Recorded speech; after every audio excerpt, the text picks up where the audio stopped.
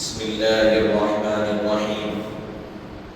حاضرین و سامعین کرام، آپ اور ہم حضور پاک علیہ الصلوۃ والسلام کی سیرت مبارکہ کو سماعت فرما رہے ہیں۔ اس میں ہمارا جو سبق چل رہا ہے وہ ازواج مطہرات کے متعلق چل رہا ہے، حضور کے ازواج مطہرات۔ اب 11 ازواج مطہرات ہیں تو اس کے مقاصد کو بیان کیا گیا کہ کیا مقصد ہے۔ اس میں سے 2 مقاصد ہم سماعت کر چکے۔ تیسرا مقصد یہ بتایا جا رہا ہے کفالتی مقصد۔ تیسرا کیا ہے؟ کفالت میں لینا مقصد۔ حضرت نبی کریم صلی اللہ علیہ وآلہ وسلم نے ام المؤمنین حضرت سیدتنا عائشہ صدیقہ سلام اللہ علیہا و رضی اللہ عنہا کے علاوہ باقی جن خواتین کو شرف زوجیت سے نوازا وہ شوہر دیدہ تھے۔ حضور پاک علیہ الصلوۃ والسلام نے حضرت عائشہ صدیقہ رضی اللہ عنہا کے علاوہ جتنی خواتین سے، یعنی آپ کو چھوڑ کر 10 خواتین سے جو نکاح فرمایا وہ تمام کے تمام شادی شدہ تھے۔ ان تمام کی شادی ہو چکی تھی۔ کسی کے شوہر جنگ میں شہید ہوئے، کسی کے شوہر انتقال کر گئے، کسی کے شوہر طلاق دے دیے، ایسے معاملات تھے۔ حضور نے 11 جو خواتین سے نکاح فرمایا اس میں سے 10 خواتین ایسی ہیں جو شادی شدہ تھی۔ صرف حضرت عائشہ صدیقہ رضی اللہ عنہ، حضرت ابو بکر صدیق رضی اللہ عنہ کی صاحبزادی جو ہے وہ غیر شادی شدہ تھی۔ آپ کے علاوہ جتنے تھے سب شادی شدہ۔ ان میں سے اکثر تنگ دستی کی زندگی گزار رہے تھے۔ ان میں سے اکثر خواتین کیا تھے؟ تنگ دست تھے۔ حضرت خدیجہ دولت مند تھی، حضور نے نکاح فرمایا تو کیا حضور نے وہ دولت اپنے لیے استعمال کر لی؟ نہیں، وہ ساری دولت حضور نے کیا کی؟ لوگوں کے لیے استعمال۔ ایک مرتبہ حضور آئے، کسی علاقے سے سفر کرتے ہوئے واپس آئے۔ حضرت خدیجہ رضی اللہ عنہا ام المؤمنین نے دیکھا کہ حضور کے چہرے پر ایک الگ کیفیت نظر آ رہی ہے۔ پوچھا یا رسول اللہ وجہ کیا ہے؟ چہرے پہ کچھ الگ کیفیت نظر آ رہی ہے۔ حضور نے فرمایا کہ خدیجہ فلاں علاقے سے آ رہا ہوں، وہاں دیکھ کر آیا کہ وہاں یتیم ہے، مسکین ہے، فقراء ہے، کوئی ان کی مدد کرنے والا نہیں، یہ دیکھ کر آیا۔ تھوڑی سی کیفیت تھی چہرے پر کہ اللہ تبارک و تعالیٰ اگر کچھ انتظام کر دیتا تو ان کی مدد کا ذریعہ بن جاتا۔ حضرت خدیجہ کیا کی؟ فوراً اٹھی، اپنے حجرے میں اندر گئی، ایک صندوق کو کھولا، اس میں پورے سونے کے اشرفیات، سونے کے سکے تھے۔ جمانے لگی، ایک سکہ جماتے دیوار کی طرح بن گئی۔ حضور کے اور حضرت خدیجہ کے درمیان سونا پیسے جماتی گئی۔ اتنے جم گئے کہ حضرت خدیجہ کو حضور نظر نہیں آ رہا، تو حضور کیا کیے؟ مسکرائے اور پیسوں کو دیکھے۔ حضرت خدیجہ کیا کی؟ وہ پیسوں کو گرائی اور کہا یا رسول اللہ یہ سارے پیسے آپ پر قربان۔ یہ پوری دولت کیا کی؟ حضور لے گئے اور ان غرباء فقراء کے حوالے کر کے آئے کہ رہنے پینے کھانے سونے کا انتظام ہوتا۔ تو ایسے جو دولت مند تھے ان کی دولت سے دین کو سربلندی ملی، اور جو دولت مند نہیں تھے حضور نے نکاح کر کے ان کو عزتوں سے نوازا۔ جیسا کہ آپ نے کل سنا، حضرت جویریہ، یہ قبیلہ بنو مستلقہ سے ان کا تعلق تھا جو کہ غلاموں کا قبیلہ تھا۔ اس قبیلے میں کوئی پیدا ہونا مطلب یہ کہ وہ غلام آ گیا، کوئی آدمی پیدا ہوا تو غلام، عورت پیدا ہوئی تو مانی۔ جب ایک علاقہ فتح ہوا، جنگ ہوئی، اس کے عوض میں حضرت جویریہ حضور کے پاس آئی تو حضور نے کیا کیا؟ حضرت جویریہ کو آزاد کیا اور پھر اس کے بعد آپ سے نکاح فرمایا۔ اس کا نتیجہ یہ ہوا کہ جتنے اس قبیلے سے قیدی آئے تھے سارے صحابہ ان کو رہا بھی کر دیے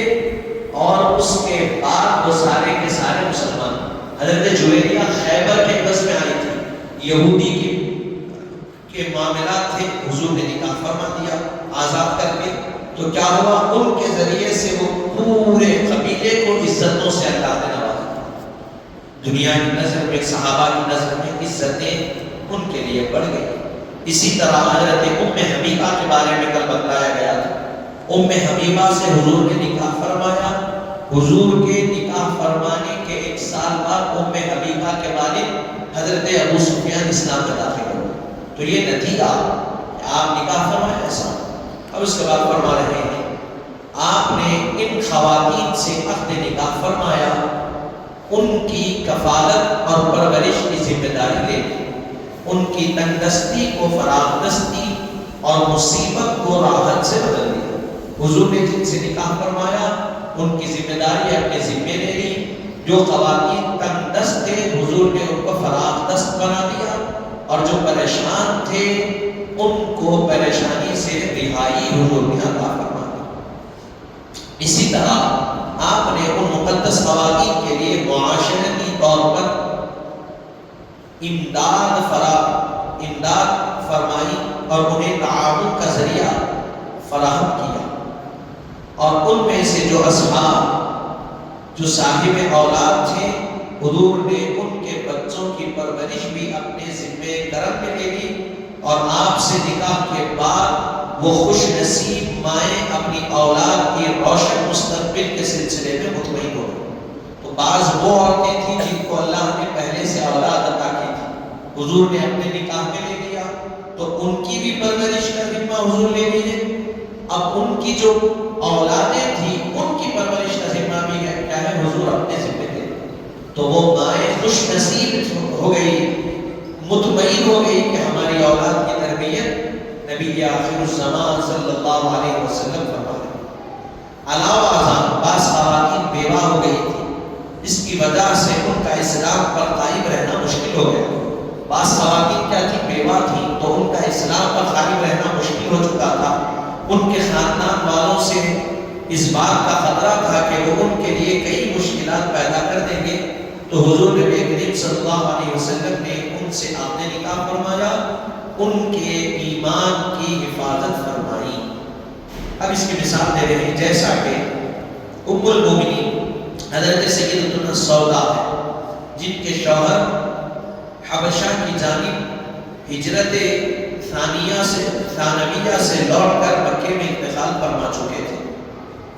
اور پھر اس کے بعد اسی طرح ام المومنین ہے سیدتنا ام سلمہ کے شوہر 4 ہجری میں انتقال فرما چکے تھے، جس کے بعد حضرت نبی کریم صلی اللہ علیہ وسلم نے انہیں اپنی زوجیت سے مشرف فرمایا اور ان کی اولاد کو اپنی راست تربیت اور کفالت میں شامل فرمایا.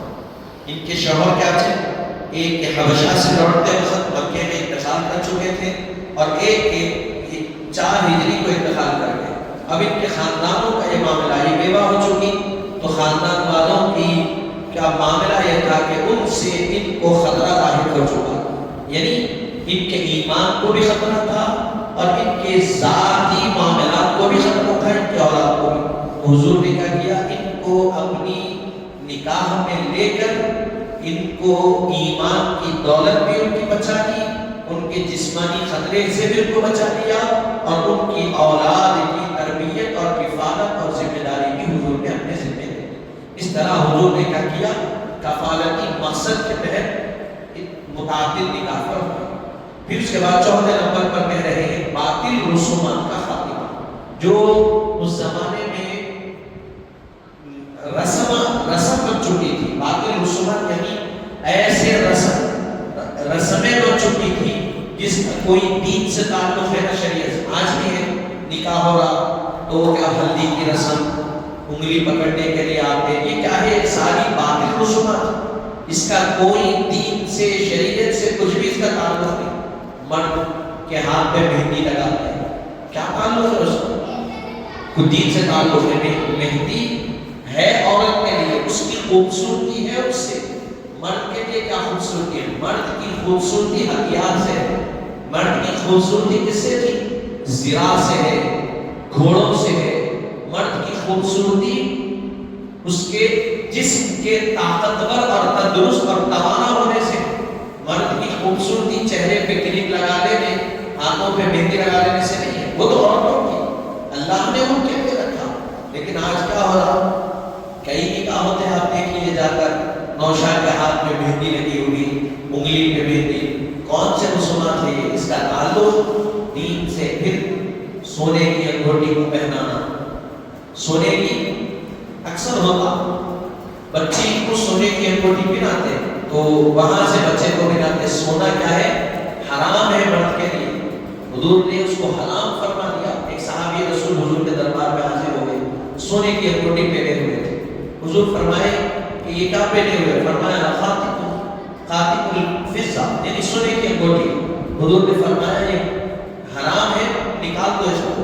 وہ صحابی رسول حضور کے فرمانے پہ نکال کے پھینک دی، نکال کے پھینک دی۔ جب واپس جانے لگے تو صحابہ بولے کہ سونا ہے اٹھا دو، تمہاری بیوی کو تو کام میں آئے گا، تمہارا کو نہیں آیا۔ کیا فرمائے؟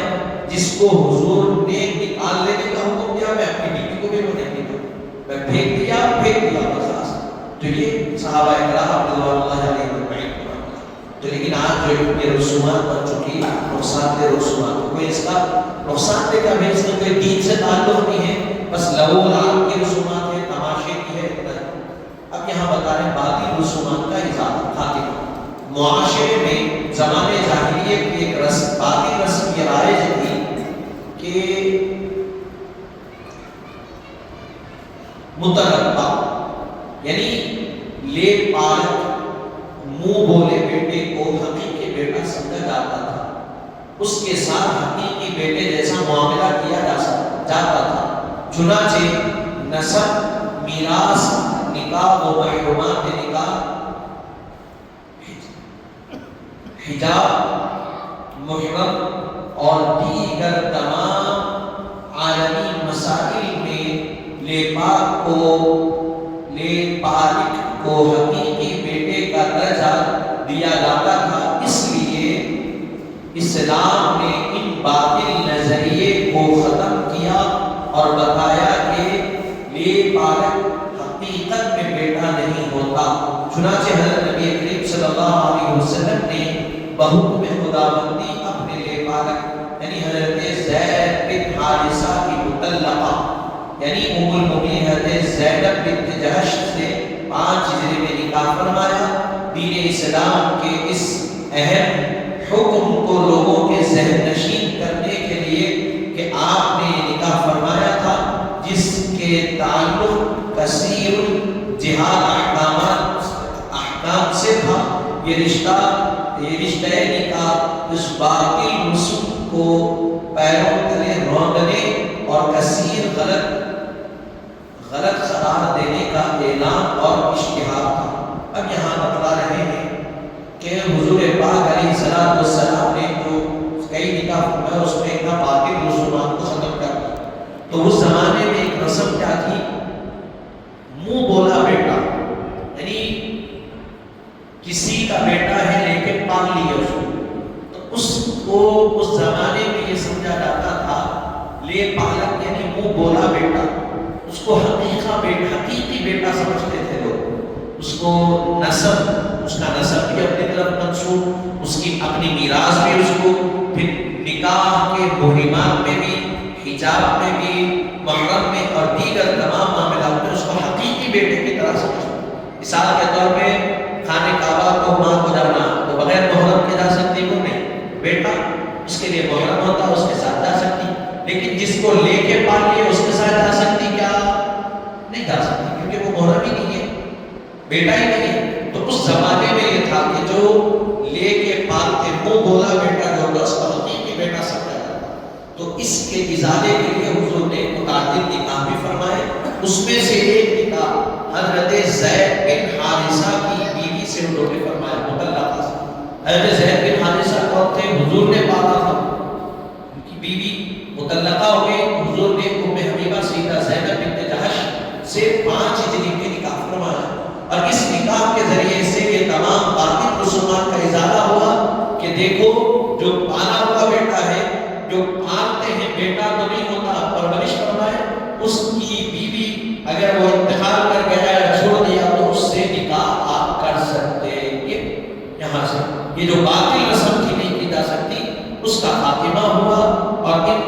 عقیدے کو، ان کے نظریے کو پیروں تلے رل دیا گیا حضور پاک علیہ الصلوۃ والسلام کے اس عمل مبارک کی وجہ سے۔ اور یہ کیا ہے؟ حکم خداوندی، اللہ نے ایسا کیا، اللہ کے حکم سے حضور پاک علیہ الصلوۃ والسلام نے یہ عمل